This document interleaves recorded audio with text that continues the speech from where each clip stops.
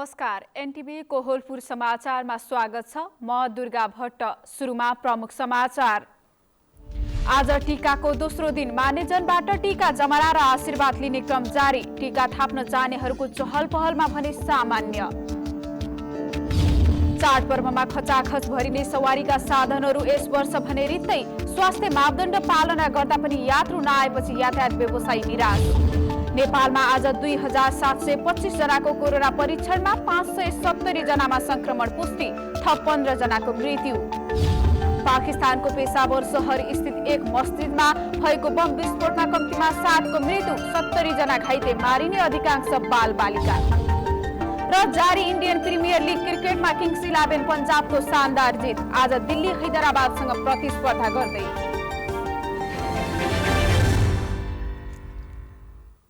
समाचार अब विस्तारमा।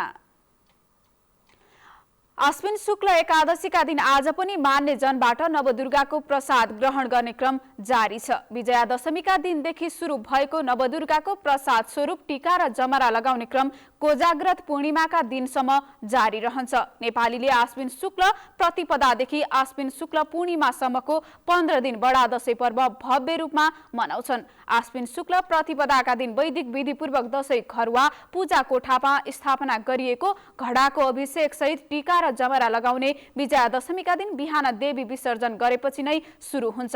यस वर्ष भने कोरोना भाइरसको संक्रमणले मान्यजनबाट टीका लगाउन जानेको चहल पहल विगतका वर्षहरूमा जस्तो छैन।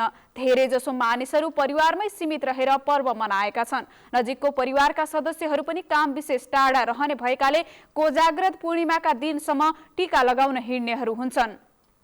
असत्यमाथि सत्यको विजयको प्रतीकका रूपमा विजया दशमी मनाउन सुरु गरिएको शास्त्रीय मान्यता छ।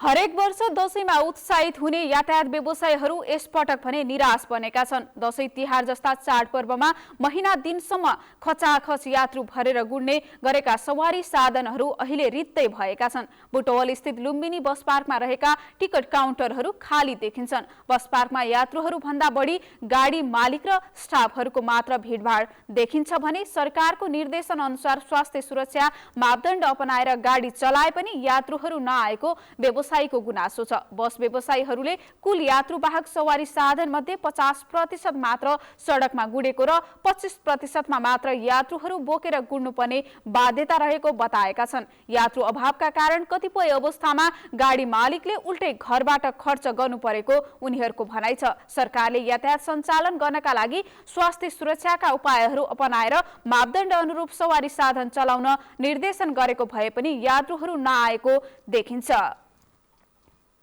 हुम्लामा यो वर्षको दशैं महँगो बनेको छ। कोरोना कहरले चीनसँगको हिल्सा नाका नखुलेपछि चिनिया च्याङ्ग्रा नआउँदा हुम्लीले खसी किन्नु पर्दा दशैं महँगो भएको हो। विगतका वर्षहरूमा प्रत्येक वर्षको दशैंमा चीनबाट चिनिया च्याङ्ग्रा आउने भएका कारण सस्तोमा दशैं मनाउने गर्थे भने यो वर्षको दशैं हुम्लीको महँगो बनेको सिमकोट 7 का स्थानीय अमृत विकले बताउनुभयो। चीनबाट आएका च्याङ्ग्राको मूल्य हुम्लामा 15,000 रुपैयाँसम्म पर्ने गरेको भए पनि स्थानीय खसी खरिद गर्दा 27,000 रुपैयाँसम्म पर्न गएकाले दशैं महँगो भएको स्थानीयले बताएका छन्। स्थानीय खसीको मूल्य बढी नै पर्ने गरेको भए पनि यसपटक अन्य विकल्प नहुँदा मूल्य बढेको व्यापारीहरूले बताएका छन्। चिनिया च्याङ्ग्रा नआउँदा दशैंका लागि भनेर बझाङ बाजुरामा रहेका खसीको माग बढेको व्यापारीहरूको अनुभव छ। बडा दशैंको टीकाको आज दोस्रो दिन। यो वर्ष विगतमा जस्तो रौनक नदेखिए पनि नेपालीहरूले आफ्नै घरमा बसेर दशैं मनाएका छन्। महामारीको बेला डडेलधुराका नागरिकहरूले कसरी दशैं मनाएका छन् त हेरौं उनीहरूको भनाई आजको आवाजमा।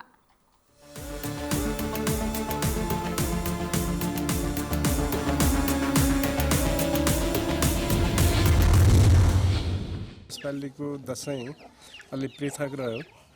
कोरोना विश्वव्याप्त कोरोनाले गर्दाखेरि घरैमा बसेर आफ्नै परिवार फ्यामिलीसँग बसेर बाहिर नगएर बाहिरका पाहुनाहरूलाई पनि आमन्त्रण नगरेर समझदारीको हिसाबले अब सूचना अब फेसबुक टेलिफोन मार्फत शुभकामना आदान प्रदान भयो। अब खानपिन त्यति सबैसँग बसेर जति रमाइलो हुन्थ्यो त्यो रमाइलो यसपालि देखिएन। मेरो हकमा चाहिँ मैले चाहिँ योचोटिको दसैँ पहिलाको भन्दा जे होस् पहिला जति खुसी हुन्थ्यो खुसी साथ मनाइन्थ्यो दसैँ योचोटि चाहिँ त्यति धेरै खुसीको साथ चाहिँ दसैँ मनाएन। सालको जस्तो खासै दसैँ त्यस्तो साह्रै रमाइलो भएन यसपाला। यो कोरोनाको कारणले गर्दाखेरि यहाँ जति रमाइलो उमङ्गका साथ मनाउनु पर्थ्यो त्यति अब मठ मन्दिरहरूमा पनि खासै जुन प्रकारको भेला भइन्थ्यो त्यो प्रकारको यसपाला भएन, खासै रमाइलो भएन। हामीले आफ्नै घरभित्र मात्रै सीमित भएर दसैँ मनाऊँ, अलि त्यसै भयो खल्लो लाग्यो दसैँ त्यति उल्लासमा रहेन। खास गरी अब बाहिर भएका भाइहरू आउन पाएन, काठमाडौँतिर भएका भाइहरू। अब घरमा जति थिए त्यति मान्छेहरूले हामीले दसैँ मनायौँ। अब खानपिन त्यही त हो नि दसैँमा। खासै अरू वर्ष जस्तो आफन्त गाउँमा धेरै जान पाइएन, गइएन पनि, आफू पनि गइएन, उहाँहरू पनि आउनु भएन। यसपालिको दसैँ अरू वर्ष जस्तो भएन। कोभिड-19ले गर्दाखेरि साथीभाइहरूसँग पनि भेट्न पाइएन, आफन्त कहाँ पनि जान पाइएन। र जो हाम्रो उत्तरा मेला अष्टमी लाग्ने गर्थ्यो, अष्टमीमा त्यहाँ मेला लागेर धेरै ठुलो पूजा हुने गर्थ्यो र यसपालि त्यो नभएकोले मान्छेहरू बाहिरबाट पनि आवत जावत गर्न पाइएन र यसपालिको दसैँ चाहिँ खासै उल्लासपूर्ण चाहिँ भएन। जस्तो अहिले पनि हामी चाहिँ दसैँको दिनमा चाहिँ यो मास्क लगाएर हिँड्नु परेको छ। त्यसले गर्दा चाहिँ आफ्नो परिवारसँग चाहिँ भेट्न पाएको छैन। अब त्यसो चाहिँ हिँड्दा चाहिँ हामीहरू चाहिँ टिका चाहिँ के आफ्नो मान्छेसँग लाउने कि आफैले मात्र लाउने कि आफ्नो मान्छेहरू चाहिँ टाढा गएको मान्छेहरूसँग नजिक हुनु पाएको छैन होइन।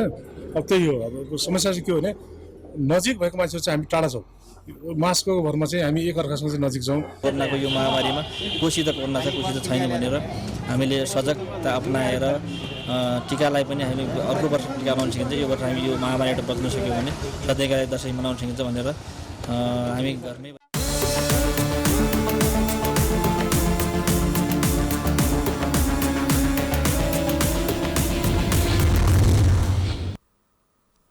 समाचारको क्रम जारी नै छ। अहिलेलाई एकैछिनको विश्राम।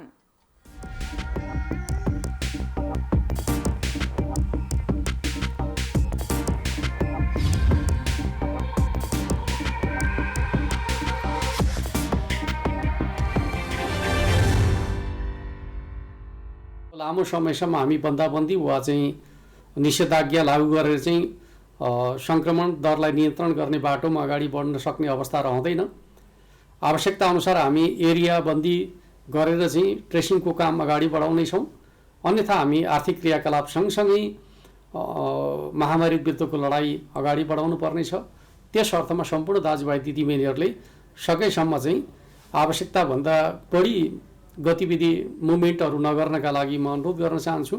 घर बाहिर निक्लनु पर्दाखेरि अनिवार्य रूपमा स्वास्थ्य सुरक्षा मापदण्ड प्रयोग गर्ने, मास्क लगाउने र कुनै पनि वस्तुलाई छोइसकेपछि सार्वजनिक स्थानका वस्तुहरूलाई छोइसकेपछि सेनिटाइज गर्ने वा चाहिँ साबुन पानीले हात धुने जस्ता मापदण्डहरू प्रयोग गर्ने र एक अर्को व्यक्तिबाट चाहिँ निश्चित दूरी बनाएर चाहिँ संवाद गर्ने खालको तरिका प्रयोग गर्यो भने यो महामारी विरुद्ध हामी आफूलाई सुरक्षित गर्न सक्छौँ।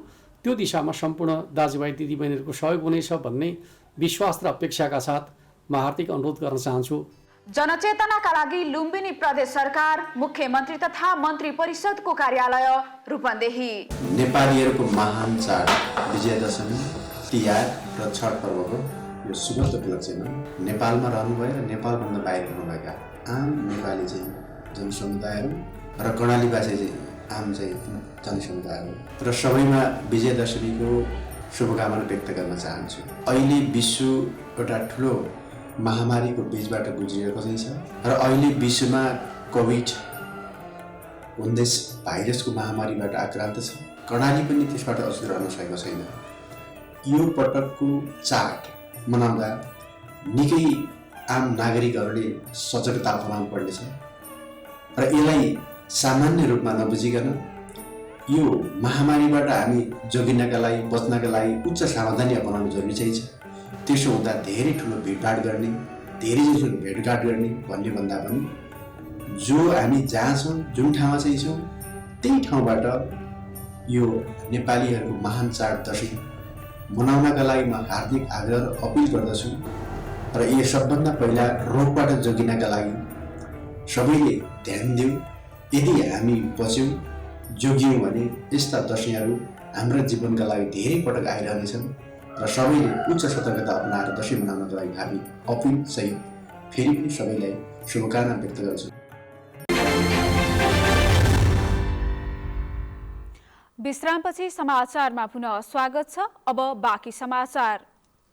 चाडबाडका कारण नेपालमा कोरोना भाइरस संक्रमण जाँच पनि घटेको छ। दैनिक करिब 15,000ले पीसीआर गराउँदै आएकोमा पछिल्लो 24 घण्टामा 2,725 को मात्रै परीक्षण भएको छ। स्वास्थ्य तथा जनसङ्ख्या मन्त्रालयका अनुसार महिला 211, पुरुष 359 गरी 570 जनामा संक्रमण पुष्टि भएको हो। पछिल्लो 24 घण्टामा 3,168 जना निको भएका छन्। नेपालमा निको हुने दर 74.1% रहेको छ। नेपालमा हालसम्म 1,60,400 कुल संक्रमित देखिएका छन्। नेपालमा थप 15 जनाको मृत्यु भएसँगै कुल मृत्यु हुने संख्या 876 पुगेको मन्त्रालयले जनाएको छ। मृत्यु हुने दर 0.5% रहेको छ। काठमाडौँ उपत्यकामा गत 24 घण्टामा 252 जना संक्रमित भए। काठमाडौँ पछाडि रूपन्देहीमा सबैभन्दा धेरै संक्रमित भएका छन्। कोरोना भाइरस संक्रमणपछि 1,22,000 बढी नेपाली स्वदेश फर्किएका छन्। कोभिड-19 संकट व्यवस्थापन केन्द्रको पछिल्लो तथ्याङ्क अनुसार 1,22,563 नेपाली हवाई उडान मार्फत स्वदेश फर्किएका हुन्। कोरोना महामारीले काम र कमाई गुमाएका तथा स्वदेश फर्कन चाहेकाहरूलाई स्वदेश फर्किएका हुन्। सरकारले विदेशमा रोजगारी गुमाएका तथा नेपाल आउनै पर्नेहरूलाई नेपाल आउन दिने गरेको छ। अहिलेसम्म 32 देशबाट नेपाली फर्किएका छन्। स्वदेश फर्किने मध्ये धेरै खाडीका देश पुगेकाहरू हुन्। तथ्याङ्क अनुसार कोरोना महामारीपछि सबैभन्दा धेरै युएबाट 35,417 जना देश फर्किएका छन्। त्यसपछि कतारबाट 22,594, मलेसियाबाट 17,924 जना र साउदी अरेबियाबाट 17,160 जना आएका छन्।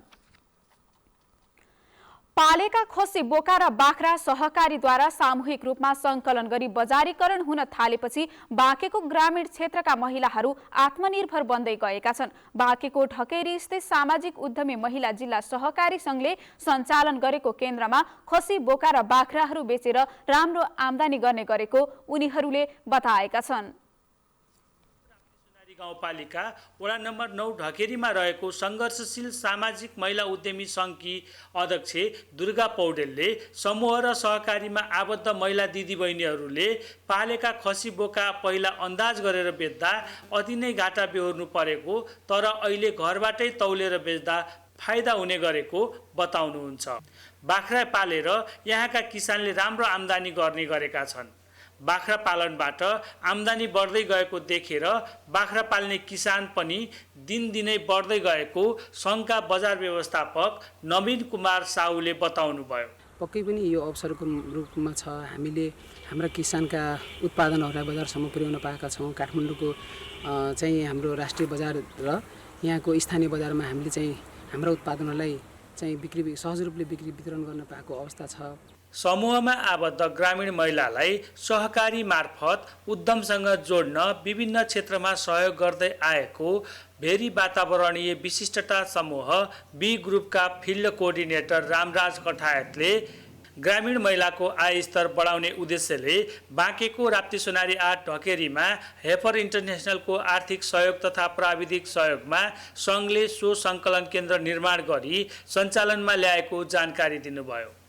हामीले यी सामाजिक उद्यमी सहकारीहरूलाई विभिन्न खालका सहयोगहरू अथवा सहजीकरणहरू गर्दै आएका छौँ।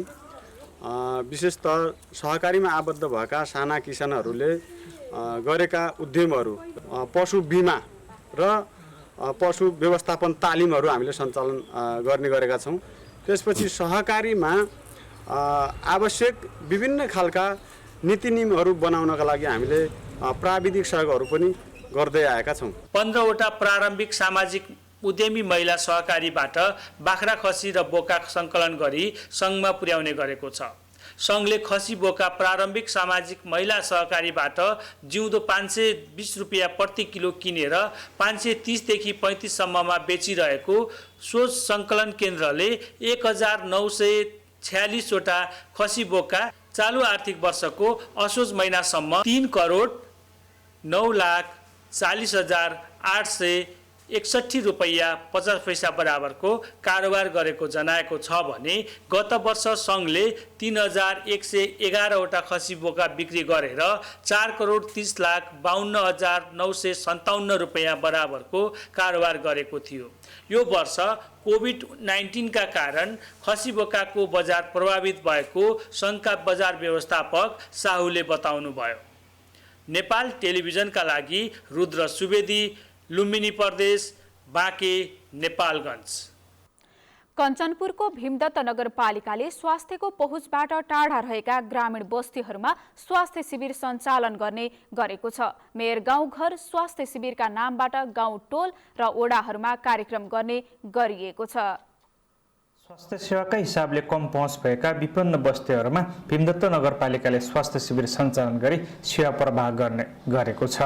भीमदत्त नगरपालिका 9 मा रहेको विकट बस्तीका रूपमा चिनिने खल्लामसिट्टीमा भएको मेयर गाउँघर विशेषज्ञ स्वास्थ्य शिविरमा अधिकांश मसिट्टीका बासिन्दाले सेवा पाएका छन्। विशेषज्ञ डाक्टरहरू समेत गरिएको स्वास्थ्य शिविरमा औषधि समेत निःशुल्क वितरण गरिएको थियो। भीमदत्त नगरपालिकाका नगर प्रमुख सुरेन्द्र विष्टले रोगको रोकथाम र नियन्त्रण गर्ने नगरपालिकाको पहिलो दायित्व भएको हुनाले विगत बस्तीहरूमा पनि शिविरका माध्यमबाट सर्वसाधारण जनताहरूलाई सेवा पुर्याइरहेको बताउनु भएको छ। हामीले पहिला केही दिन मात्रै हाम्रो स्वास्थ्य कर्मी आउने गर्थे, तर त्यसलाई हामी नियमित रूपले यहाँ नै बस्ने गरी त्यसको व्यवस्थापन गरेका छौँ। बर्मदेवमा खास गरी हामीले यति बेला अब प्रसुति गृह बनाउने हाम्रो बर्थिङ सेन्टरका रूपमा अब सञ्चालन गर्ने कुराहरू भइरहेको छ र त्यहाँ स्वास्थ्य चौकीका रूपमा हामी विकसित गरेर जाँदैछौँ। त्यसकारण भीमदत्त नगरपालिका पहिलो प्राथमिकता स्वास्थ्य क्षेत्र हो र यो बीचमा हामीले यहाँबाट प्रारम्भ गरेका छौँ। यो उद्घाटन समारोह औपचारिक रूपले समापन गर्ने कुरा एउटा होला, तर यो सुरुवात यहाँबाट हुन्छ। निर्वाचन क्षेत्र नम्बर 3 का सांसद दीपक प्रकाश भट्टले स्वास्थ्य शिविरसँगै विकास निर्माणका कामहरूलाई पनि निरन्तरता दिने बताउनु भएको छ। घर आँगनबाट निकै चौडा महाकाली करिडोर भनेको पहाडतिर केही ठाउँमा खनेको कुरा पनि तपाईँहरूले सुन्नुभएको होला। यहीँ पनि सर्वे गर्ने क्रममा आएर उहाँहरूले तपाईँहरूलाई बताउनु भएको होला र यो एउटा महत्त्वपूर्ण व्यापारिक नाका बनाउनका लागि हामीले अझै अरू कामहरू पनि अगाडि सारेका थियौँ। सभासद टेकेन्द्र प्रसाद भट्टले खल्लामसिट्टी क्षेत्र सबभन्दा राम्रो उत्कृष्ट बन्ने विश्वास व्यक्त गर्नुभयो। खल्लामसिट्टी क्षेत्र नै भीमदत्त नगरपालिकाको सबैभन्दा उत्कृष्ट, सबैभन्दा राम्रो बस्न योग्य ठाउँ हुनेछ भन्ने कुरा हामी विश्वासका साथ भन्न सक्छौँ। आजको कार्यक्रम मुख्य रूपमा स्वास्थ्य शिविर नै भएको हुनाले त्यसमा धेरै विलम्ब नगरौँ। त्यसकारण म तपाईहरू यहाँ स्वास्थ्य चेकअपका लागि आउनुभएका सम्पूर्ण जनसमुदायहरूको राम्रो चेकअप होस् र तपाईहरूलाई स्वास्थ्य लाभ होस् भन्ने कामना गर्न चाहन्छु। स्थानीय बासिन्दाहरूले पनि गाउँघरमै स्वास्थ्य सेवा पाएकोमा खुसी व्यक्त गरेका छन्। स्वास्थ्य सेवाको अभावमा सदरमुकाम धाउनुपर्ने र आर्थिक अभावको कारण सेवा लिन अप्ठ्यारो पर्ने गरेकोमा गाउँघरमै सेवा पाउँदा सजिलो भएको उहाँहरूको भनाइ रहेको छ। हामीलाई धेरै टाइम लाग्थ्यो त्यो जानलाई, अहिले धेरै फाइदा भएको छ। कति टाढा जानुपर्छ नत्र? जिममा जानुपर्छ, त्यो अञ्चल अस्पतालमा। एकदम धेरै धेरै धन्यवाद दिन चाहन्छु। फेरि यस्तो आउँदै रहोस् हाम्रो गाउँठाउँमा।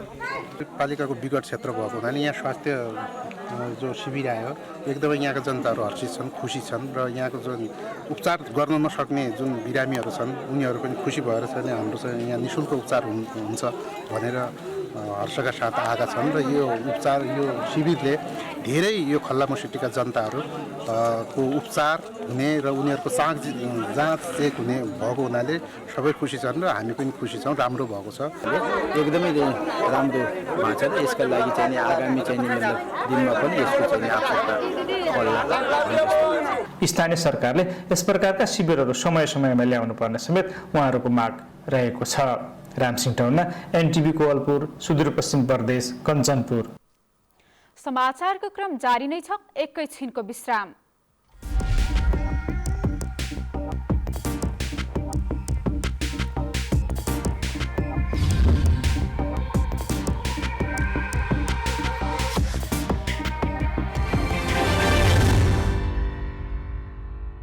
चढ्दा झर्दा एक आपसमा टच नगर्ने, सेनिटाइजरको अनिवार्य प्रयोग गर्ने, मास्कको अनिवार्य प्रयोग गर्ने, निश्चित स्टेसनहरूमा मात्रै यात्रुहरूको खानपिन व्यवस्थापनमा अग्रिम सूचना जारी गर्नुपर्ने, चालक र सहचालकले दूरी कायम भएको स्थिति र त्यहाँ यात्रुहरूलाई यो बारेमा अग्रिम जानकारी सूचना र यात्राको सम्पूर्ण नोट जारी गरेर कोभिड पछाडिको नयाँ जीवन पद्धति, नयाँ यात्रा पद्धति स्थापित गर्नका निम्ति म सबै यातायात व्यवसायी यात्रुहरूलाई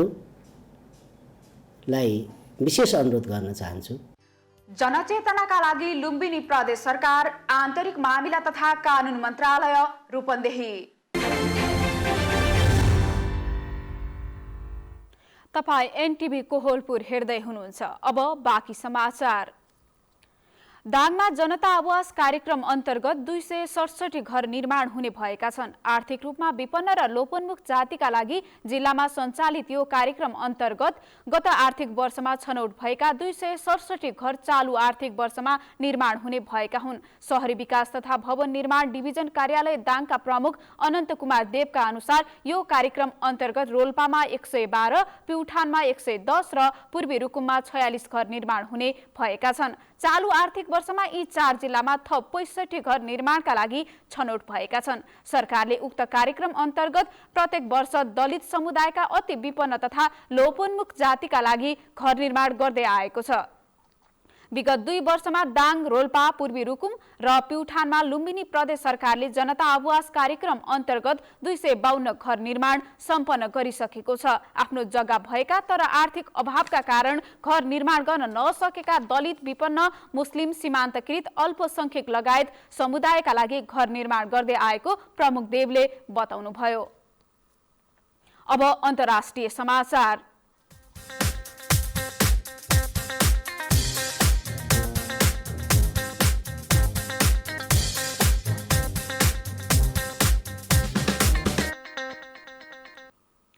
पाकिस्तानको पेशावर शहर स्थित एक मस्जिदमा बम विस्फोट हुँदा कम्तीमा 7 जनाको मृत्यु भएको छ। मंगलबार स्थानीय समय अनुसार बिहान 8:30 बजेतिर धीर कोलोनी स्थित मद्रासामा विस्फोट हुँदा दर्जनौं घाइते भएका छन्। हालसम्म कुनै पनि समूहले उक्त घटनाको जिम्मेवार लिएका छैनन्। मारिने अधिकांश बालबालिकाहरू रहेको बताइएको छ। घाइतेहरूको संख्या 70 भन्दा बढी रहेको छ। धेरै घाइतेहरूको अवस्था गम्भीर छ। पाकिस्तानका एआईजी साफकोत मलिकका अनुसार आत्मघाती बम हमलामा 5 किलोग्रामको विस्फोटक पदार्थको प्रयोग भएको अनुमान गरिएको छ। प्रदेशका स्वास्थ्य एवं अर्थमन्त्री तमुर खानले घाइतेहरूको उपचारमा कुनै कमी हुन नदिने बताउँदै घटनाबारे अनुसन्धान भइरहेको बताउनुभयो।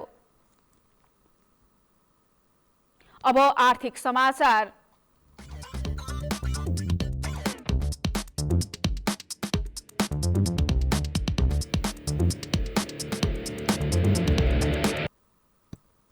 रोजगारी गुमाएर गाउँ फर्किएका डडेलधुराका युवाहरू विभिन्न आय आर्जनको काममा लागेका छन्। भारतका साथै अन्य तेस्रो मुलुकबाट रोजगारी गुमाएकाहरूलाई गाउँमै स्वरोजगार बनाउने उद्देश्यले गन्याधुरा गाउँपालिकाले विभिन्न कार्यक्रम सञ्चालन गरेको छ। डडेलधुरा गन्याधुरा गाउँपालिकाका युवाहरू पछिल्लो समयमा सामूहिक रूपमा व्यावसायिक कुखुरा पालन गर्न थालेका छन्। कोरोना भाइरसका कारण भारतमा रोजगारी गुमाएर घर फर्केका गन्याधुरा गाउँपालिका 3 सकालका 7 जना युवाहरू मिलेर कुखुरा पालन गर्न थालेका हुन्। उनीहरूले गाउँमै सहकारी गठन गरेर केही रकम सहकारीबाट ऋण लिई पहिलो चरणमा कुखुरा पालन सुरु गरेका छन्। पहिलो चरणमा ब्रोइलर र लेयर जातको 2000 कुखुरा पालन गर्ने र पछि भैँसी बङ्गुर पालनका लागि तयारी भइरहेको उनीहरूले बताएका छन्। भारतबाट रोजगारी गुमाएर घर फर्किएपछि गाउँमै केही काम गर्नु पर्दछ भन्ने मनसायले गाउँका युवाहरू मिलेर पहिलो चरणमा कुखुरा पालन गरिरहेको निकट भविष्यमै भैँसी बङ्गुर र माछा पालन गर्ने गरी भौतिक संरचना निर्माण गरिरहेको मिनबहादुर देउवाले बताउनुभयो। विगत एक महिनामा निर्माणमा थिए पनि अहिले हामी तत्काल 1000 कुखुरा ब्रोइलर अहिले पालन सुरु गरेका छौँ र त्यसले गर्दा हामी अर्को कुरोमा निकट भविष्यमा हामीले यता अर्को 100 बाई 15 फिट लम्बाइको एउटा खोड निर्माण भइसकेको छ। त्यसमा हामी लेयर जातका कुखुराहरू 200 थान पालन गर्छौँ। त्यसपछि हामीले 5 वटा भैँसीका लागि पनि जग्गा समाएर त्यसको ट्रस्ट हामी निर्माणाधीनमा छौँ, त्यो बनाएका छौँ र त्यसपछि लगत्तै हामी 10 जोडी बङ्गुर पालनका लागि हामीले योजना बनाएका छौँ। सहकारीका साथै गनियाधुरा गाउँपालिकाले पनि आर्थिक सहयोग गरेपछि यी युवाहरूलाई काम गर्नका लागि झनै सजिलो भएको छ। भारतका साथै अन्य तेस्रो मुलुकबाट रोजगारी गुमाएर घर फर्केकाहरूलाई गाउँमै रोजगार बनाउने उद्देश्यले गनियाधुरा गाउँपालिकाले पनि आर्थिक सहयोग गर्दै आइरहेको छ। प्रकाश बहादुर भाट, नेपाल टेलिभिजन, सुदूरपश्चिम प्रदेश, डडेलधुरा। अब खेलकुद समाचार।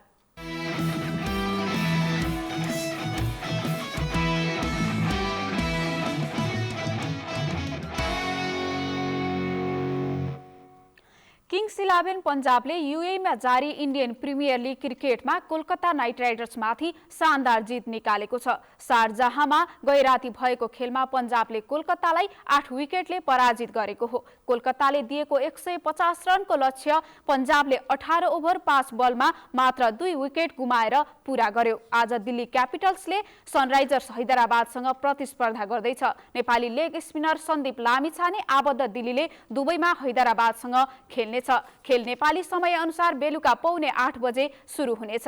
दिल्ली 8औं जितको खोजीमा हुनेछ। अघिल्ला 11 खेलमा 7 जित सहित 14 अङ्क जोडेर दिल्ली दोस्रो स्थानमा रहेको छ। श्रेयस एयरको कप्तानीमा मैदान उत्रने दिल्ली हैदराबादलाई हराएर शीर्ष स्थानमा उक्लन चाहन्छ। दिल्लीले यस सिजनमा उत्कृष्ट प्रदर्शन समेत गरिरहेको छ। डेभिड वार्नरको कप्तानीमा मैदान उत्रने हैदराबाद विरुद्ध जित निकाल्न दिल्लीलाई कठिन भने हुनेछ। अब मौसम।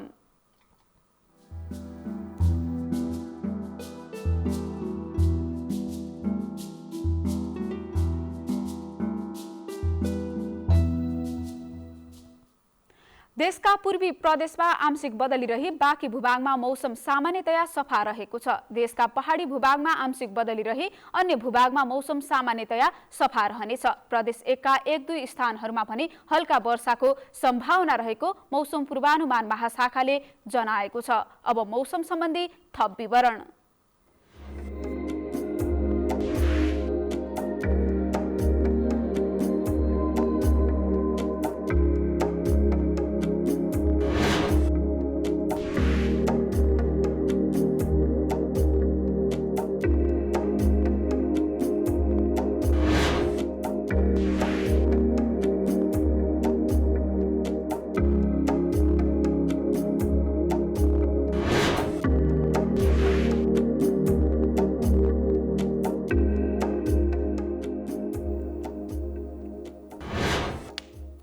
समाचारको अन्त्यमा प्रमुख समाचार पुनः एकपटक। आज टीकाको दोस्रो दिन मान्यजनबाट टीका जमरा र आशीर्वाद लिने क्रम जारी। टीका थाप्न जानेहरूको चहल पहलमा भने सामान्य। चाडपर्वमा खचाखच भरिने सवारीका साधनहरू यस वर्ष भने रित्तै। स्वास्थ्य मापदण्ड पालना गर्दा पनि यात्रु नआएपछि यातायात व्यवसायी निराश। नेपालमा आज 2725 जनाको कोरोना परीक्षणमा 570 जनामा संक्रमण पुष्टि, थप 15 जनाको मृत्यु। पाकिस्तानको पेशावर शहर स्थित एक मस्जिदमा भएको बम विस्फोटमा कम्तीमा 7 को मृत्यु, 70 जना घाइते, मारिने अधिकांश बालबालिका। र जारी इन्डियन प्रिमियर लिग क्रिकेटमा किङ्स 11 पन्जाबको शानदार जित। आज दिल्ली हैदराबादसँग प्रतिस्पर्धा गर्दै।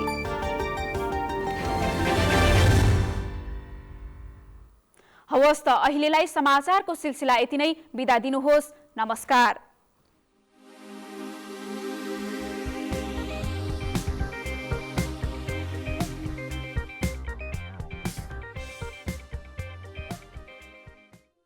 हाँस्दै खेल्दै सानो सानो खुसीमा भुल्दै हुर्किँदैछ नेपाल चोको फनमा रमाउँदै, नयाँ साथी बनाउँदै विशाखोलाई मनाउँदै हुर्किँदैछ नेपाल चोको फनमा रमाउँदै।